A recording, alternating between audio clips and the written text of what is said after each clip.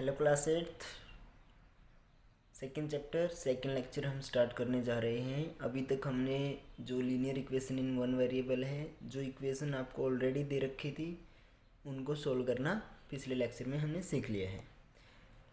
लेकिन आज जो हम करने वाले हैं वहाँ पर आपको लीनियर इक्वेशन नहीं दी मिलेंगी, मतलब वो खुद आपको इक्वेशंस नहीं देंगे, आपको इक्वेशन खुद बनानी है। कहाँ से बनाओगे? वो जो भी इन्फॉर्मेशन आपको देंगे, क्वेश्चन में जो भी आपको इन्फॉर्मेशन प्रोवाइड की जाएगी उसको ध्यान में रखते हुए आपको इक्वेशंस बनानी है। फॉर एग्जांपल मान लीजिए कि आपके लिए ये स्टेटमेंट आपको दे रखी है।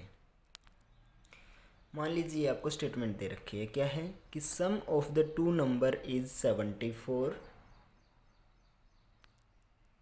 And one of the number is 10 more of the other. One of the number is 10 more than not of than the other। भाई क्या है? Sum of the two number, दो जो कोई भी दो नंबर हैं आपके पास, उनका जो सम दे रखा है आपको, वो कितना दे रखा है? 74। यानी कि दोनों को अगर आप जोड़ोगे तो 74 है। One of the number is 10 more than the other. देखिए, अगर सिर्फ ये लिखा होता, मोर देन दी अदर ना होता, सिर्फ 10 तक स्टेटमेंट होती, तो हमारा क्या बन जाता कि one of the number is 10, वो उन दोनों में से एक जो नंबर है वो क्या है? 10 है। लेकिन यहाँ पर ये बात नहीं है। यहाँ पे क्या बताया गया है कि one of the number is 10 more than the other. भाई एक जो नंबर है वो दूसरे से 10 मोर यानी कि 10 ज़्यादा है। What are the numbers? तो आपको दोनों नंबर निकालने हैं, यानी कि इस केस में आपको एक भी नंबर नहीं दिया गया है और दोनों के दोनों नंबर आपको निकालने हैं। लेकिन आपको दिया क्या गया है, आपको यहाँ से देखने से पता चला होगा कि सबसे पहले तो आपको सम दे रखा है, कितना? 74। उसके बाद क्या दे रखा है? जो वन ऑफ द नंबर, एक जो नंबर है वो दूसरे से कितना ज़्यादा है? 10। ठीक है, तो यानी कि जो छोटा नंबर है उसको हम सबसे पहले छोटे नंबर को मानते हैं। क्या मानेंगे? तो अब यहाँ से हम सॉल्यूशन करना स्टार्ट करेंगे कि देखिए, अब हमें इन्फॉर्मेशन तो पता चल गया कि एक तो ये दे रखा है कि भाई दोनों नंबर का सम कितना है? 74 है। और दूसरा क्या दे रखा है कि जो first number plus first number या कोई भी जो है वो क्या है? 10 मोर है। मोर यानी कि 10 ज़्यादा है किससे? सेकंड से। या फर्स्ट सेकंड की बजाय आप ये बोल सकते हो कि भाई जो लार्जर नंबर है वो क्या है? 10 प्लस करके बनेगा किसमें? स्मॉलर में, तभी तो 10 ज़्यादा होगा ना। तो यानी कि ये तो आपको इक्वेशन पढ़ते ही पता चल जाना चाहिए। लेकिन अब लिखेंगे कैसे हम? इस टाइप के जो क्वेश्चंस होते हैं तो उनमें हम जो भी मतलब आपको डेटा दिया गया है उसके अकॉर्डिंग जो छोटी चीज़ है या नंबर है या कोई किसी प्राइस है किसी चीज़ का, वो आप सबसे पहले मानोगे। तो हम क्या करेंगे? सबसे पहले भाई दो नंबर है तो एक छोटा है एक बड़ा है, क्योंकि इक्वल तो हो नहीं सकते, 10 मोर दे रखा है। तो हम स्मॉलर नंबर को लेट कर लेंगे, कितना? x, या जो भी आपकी मर्ज़ी है ABCD, let the smaller number. Smaller number को हमने मान लिया कितना? x। सो अब सेकंड को हम लेट नहीं करेंगे या लार्जर को लेट नहीं करेंगे, क्योंकि वो कंडीशन के अकॉर्डिंग आएगा जो सेकंड कंडीशन दे रखी है। भाई one of the number is 10 मोर, यानी कि एक नंबर जो है वो 10 ज़्यादा है। अब स्मॉलर x है, स्मॉलर यानी कि छोटा, तो बड़े वाला क्या है? 10 ज़्यादा है। So the larger number, larger number कितना हो जाएगा? x से 10 ज़्यादा के लिए ऐड कर देंगे x प्लस 10। नाउ अभी क्या है? अकॉर्डिंग टू क्वेश्चन क्या दे रखा है क्वेश्चन में कि sum of the number, sum of the numbers का जो जोड़ है वो कितना दे रखा है? 74 गिवन है। सम के लिए क्या करते हैं? दोनों नंबर को ऐड करेंगे। पहला नंबर क्या है? x, उसमें ऐड कर देंगे दूसरा नंबर क्या है? x plus 10 is equal to 74। यहाँ से सोल्व कर लेंगे हम। x प्लस एक्स कितना हो गया? 2x plus 10 is equal to 74। अब 2x में तो 10 ऐड हो नहीं सकता, तो इसलिए 10 दूसरी साइड चला जाएगा। 2x is equal to 74। अब 10 इधर प्लस में था, दूसरी साइड जा कर के minus, and then 2x is equal to 64। यहाँ से x is equal to 64/2 cut हो के कितना आ गया 32। तो x की वैल्यू 32 आ गई। x क्या माना था हमने, स्मॉलर नंबर। तो अब दोबारा से लिख के बताएंगे आप कि so the smaller number is equal to कितना हो गया 32 एंड द लार्जर नंबर, और जो लार्जर नंबर है वो कितना हो गया x प्लस 10 है, तो यहाँ पर x की वैल्यू रखेंगे तो कितना हो जाएगा 32 प्लस 10 इज इक्वल टू 42। तो ये आपके दोनों नंबर आ गए। ठीक है, इस तरीके से आपको क्वेश्चन सोल्व करना है। आपको स्टेटमेंट जो भी दी मिलेगी उसको ध्यान से पढ़ना है और फिर उसको सोल्व करना है अपने आप। ठीक है, आप इस क्वेश्चन को भी फेयर कॉपी में करोगे। ये जो एग्जांपल अभी मैंने आपको सोल्व करवाया है, फेयर कॉपी में एक्सरसाइज 2.2 डाल करके क्वेश्चन नंबर 1 डाल देना, वहाँ पे कोई इशू नहीं है। तो स्टेटमेंट आप यहीं से देख करके लिखोगे और सॉल्यूशन खुद करोगे। ठीक है, जितनी ज़्यादा प्रैक्टिस करोगे उतने आसान लगेंगे आपको ये सम। तो ऐसा नहीं है कि अभी ऐसा आपको लगे कि ज़्यादा सम हो रहे हैं, सिर्फ एक्सरसाइज वाले करोगे। जितनी ज़्यादा प्रैक्टिस करोगे उतने ही इजी रहेंगे आपके लिए, तो आपका फ़ायदा है उसमें। ठीक है, तो आप ये क्वेश्चन भी फेयर कॉपी में करोगे। अभी जो भी जितने भी आज मैं एग्जाम्पल या क्वेश्चन सोल्व करवाऊँगा आपको, सभी फेयर कॉपी में करने हैं। ठीक है, क्वेश्चंस जो आपको करने होंगे वो मैं जैसे हर रोज़ आपका होमवर्क आता है उसकी फॉर्म में मिल जाएगा आपको, लेकिन साथ में ये एग्जाम्पल भी आपको करना है। मान लीजिए अब सेकंड एग्जाम्पल ऐसा है आपका। नेक्स्ट आपका जो क्वेश्चन है वो ये है कि what should be added to twice the rational number -7/3 to get 3/7। What क्या, शुड बी चाहिए, एडिड जोड़ना। भाई हमें क्या जोड़ना चाहिए, किसमें, टू दी ट्वाइस। ट्वाइस यानी कि दो गुना, किसका दो गुना, द रैशनल नंबर -7/3। जो -7/3 है इसके दो गुना जो नंबर होता है उसमें हमें क्या जोड़ना चाहिए टू गेट, कि हमें मिल जाए, क्या मिल जाए 3/7। सो सिंपल, यानी कि हमें क्या करना है, -7/3 के दो गुना में क्या जोड़ना है वो बताना है। जो अब नहीं पता उसको क्या मानते हैं हम, x या y, जो भी मानना है आपको वो हम, यानी कि हमें क्या करना है, पहले इसका दो गुना निकालना है। उसमें कोई भी हम एक वेरिएबल डाल देंगे वहाँ पे, ABC में से या XY में से कुछ भी, और इक्वल टू हो जाएगा। भाई हमें किसके इक्वल चाहिए, 3/7 के। तो सॉल्यूशन जब आप करोगे तो सबसे पहले क्या करेंगे हम, कि इसका ट्वाइस चाहिए तो वो सोल्व करेंगे। ट्वाइस ऑफ -7/3 इक्वल टू किसके हो जाएगा, ट्वाइस के लिए क्या करते हैं 2 से मल्टीप्लाई, और ये सोल्व हो के कितना आ गया -14/3। ठीक है, अब मान लो कि लेट x हमें ऐड करना है। क्या करना है हमें, मान लो कि भाई x है जो उसको हम ऐड कर रहे हैं, तो लेट x बी एडिड। भाई x को जोड़ा जा रहा है किसमें, 2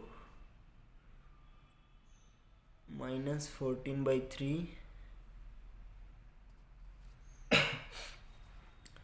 टू गेट, क्या मिलने के लिए, क्या चाहिए हमें -3/7। भाई x को हमें ऐड करना है -14/3 में, क्या लेने के लिए, क्या मिलना चाहिए हमें 3/7। मिस्टर अनीस, आप भी शायद हर रोज़ काम कर रहे होंगे, तो ये जो स्टेटमेंट वाले क्वेश्चन है बेटा इनको ध्यान से सीख लेना। ठीक है, लास्ट ईयर थोड़ी सी प्रॉब्लम होती थी आपको, कैलकुलेशन आप बहुत अच्छी करते हो। अब साथ की साथ में ना हर रोज़ प्रैक्टिस करोगे तो आसानी से आ जाएंगे। Okay, next let x be added to -14/3 to get 3/7। x को हमें जोड़ना है किसमें, -14/3। -14/3 कहाँ से आया, क्योंकि हमें क्या बोला गया था, twice of a rational number -7/3। भाई इसके -7/3 के ट्वाइस में हमें ऐड करना है, ठीक है। सो क्या बन जाएगा अब स्टेटमेंट हमारी,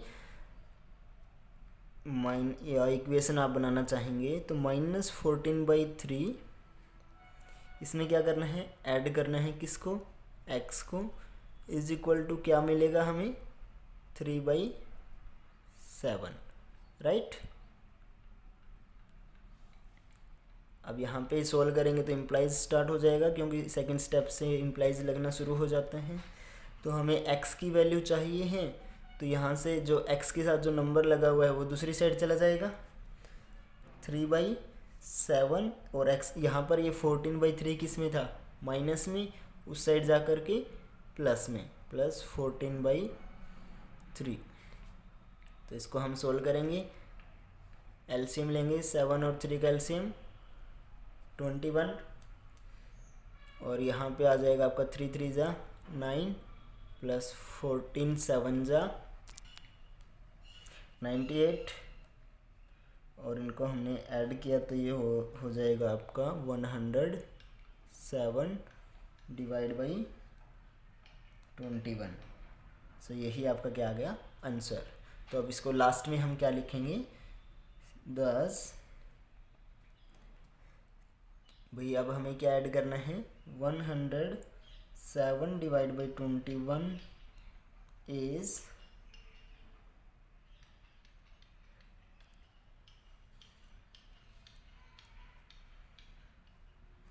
should be added, 107/21 हमें क्या करना है, ऐड करना है टू किस में, ट्वाइस ऑफ -7/3 टू गेट 3/7, ठीक है। वो आपको लिख करके भी बताना है कि 107/21 is to be added to twice of -7/3 to get 3/7, ठीक है।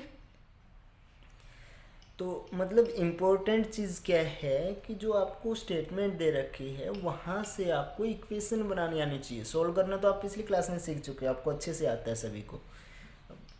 अब इम्पोर्टेंट चीज़ क्या है कि आप जो इक्वेशन दे रखी है उसमें से ये चीज़ें कैसे पता लगाओगे। सिंपल था, यहाँ पर कुछ भी नहीं था, आपको खुद एक रैशनल नंबर दे रखा था, बोला गया है कि व्हाट शुड बी एडेड, भाई इसमें क्या ऐड करें, किसमें, to the twice of rational number, यानी कि इसके ट्वाइस में, तो इसका 2 गुना में हमें क्या करना था, ऐड करना था।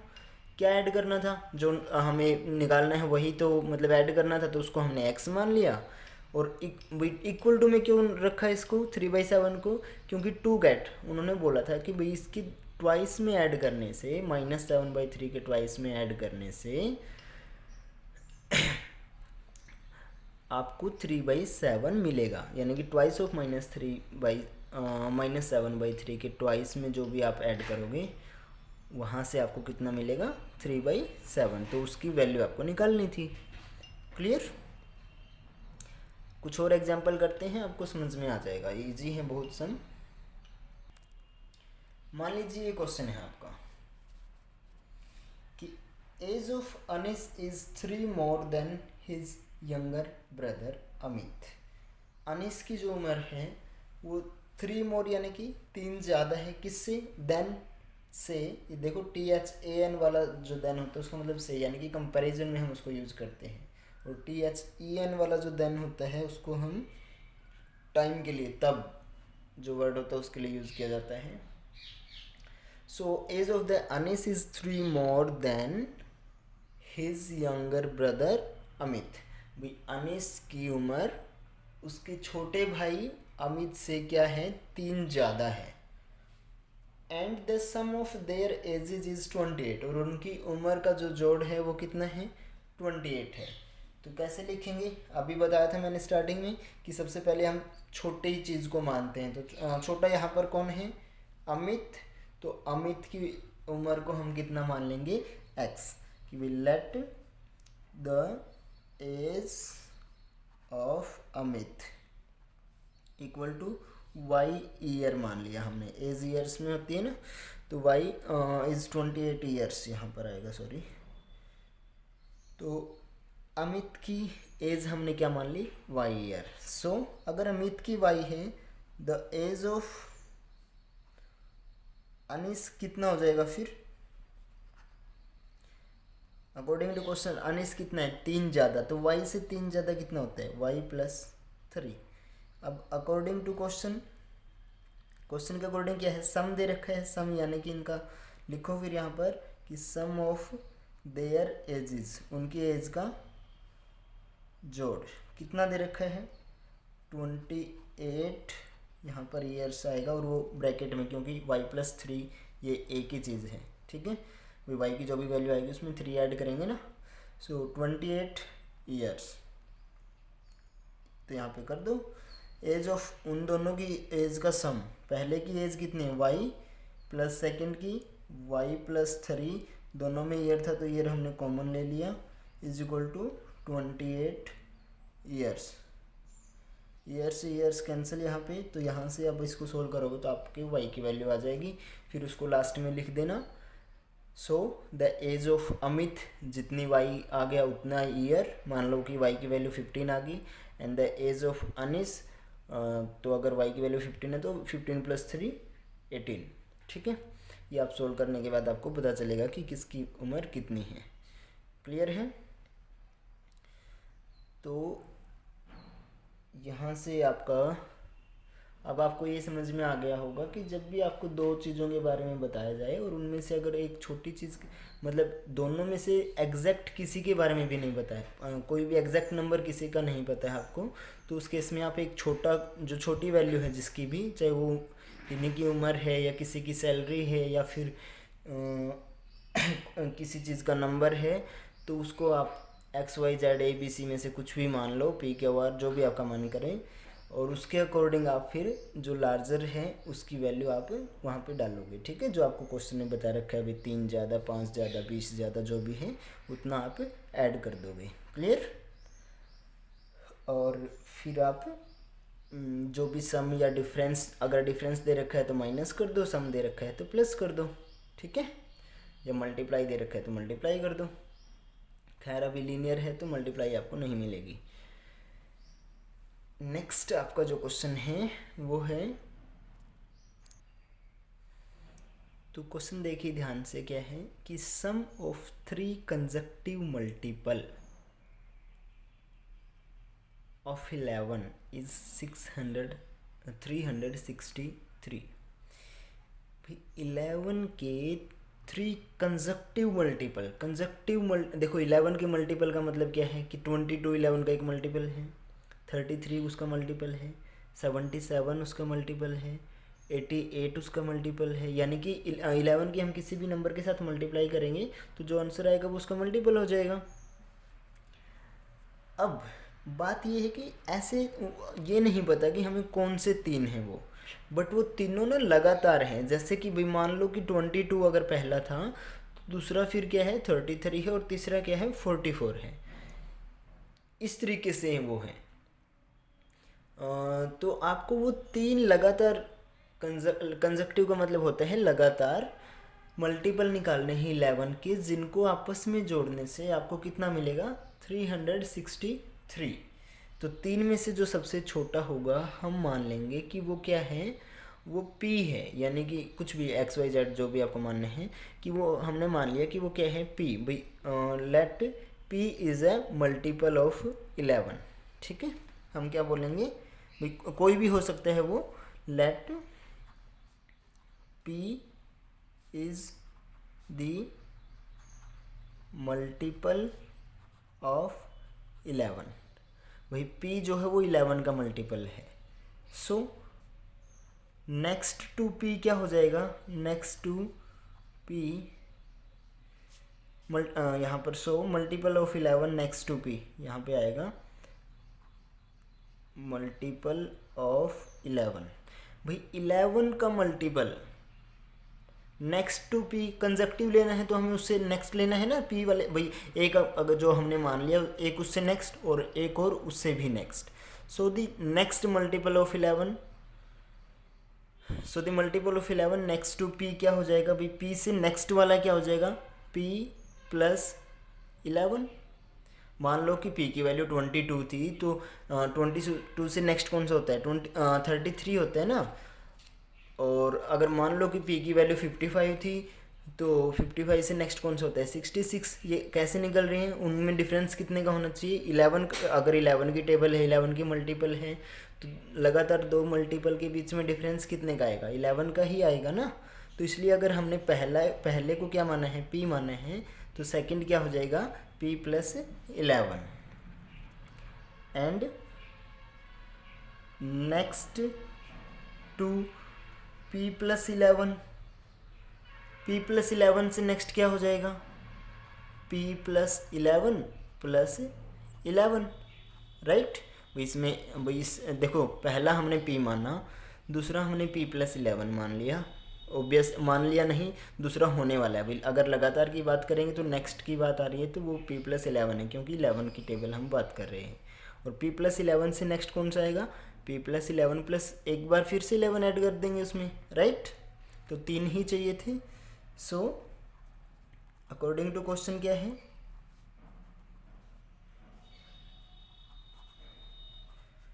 इन तीनों को जब आप ऐड करोगे तो यहाँ पर देखो हमारे पास पहला कौन सा था, p, नेक्स्ट p प्लस 11 और नेक्स्ट को हम क्या लिख सकते हैं, p प्लस 11 को तो ऐड कर देंगे तो 22 हो जाएगा। इन तीनों को जब हमने आपस में ऐड किया तो ये किसके इक्वल आ रहे हैं, 363। तो यहाँ से क्या हो जाएगा, अब आप p की वैल्यू निकाल लो। देखिएगा नंबरों को इकट्ठा कर लो, p को इकट्ठा कर लो, 3 p अब हो गए हमारे एडिशन में थे, plus 11 plus 22 is equal to 363। इकट्ठा क्यों किया, क्योंकि addition of an integer is क्या है, कम्यूटेटिव है, तो हम आगे पीछे नंबरों को लिख सकते हैं। यहाँ से क्या हो गया, तीनों p आपस में जुड़ के कितना हो गया, 3p, और ये आपस में जुड़ के कितने हो गए, 33 इक्वल टू 363। सो 33 उधर जाके माइनस में 363 माइनस 33, तो यहाँ से 3p की वैल्यू कितनी आ गई, 330, राइट। और यहाँ से p की वैल्यू कितनी आ गई आपकी, 330 डिवाइड बाई 3, क्योंकि 3 यहाँ पे किस में था, मल्टीप्लाई में। तो हमने सोल्व किया तो p की वैल्यू यहाँ पर आपको मिलेगी 110। तो p हमने क्या माना था, फर्स्ट, यानी कि वो जो लगातार तीनों में से पहला माना था ना, let p is the multiple of 11। तो इसलिए तीनों के तीनों क्या हो जाएंगे, एक तो क्या हो गया आपका 110, दूसरा क्या हो जाएगा उसमें 11 ऐड करेंगे और तीसरा उसमें 22 ऐड करेंगे। तो यहाँ पे लिखो, सो दी 3 कंजक्टिव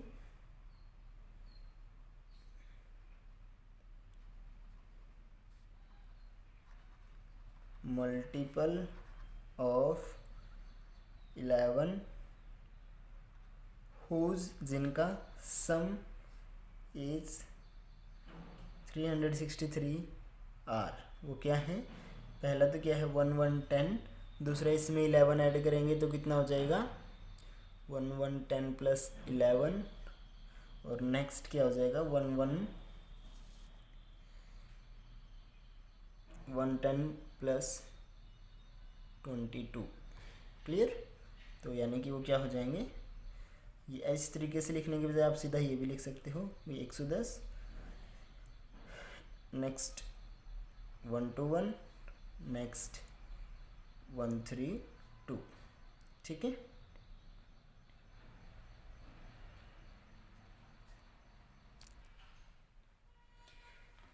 एक ये क्वेश्चन है जो आपको खुद सोल्व करना है, मैं आपको समझा देता हूँ सिंपल। एक्सिस्ट का मतलब क्या होता है, बाकी सब आपको आता है कि sum of the two number is 95।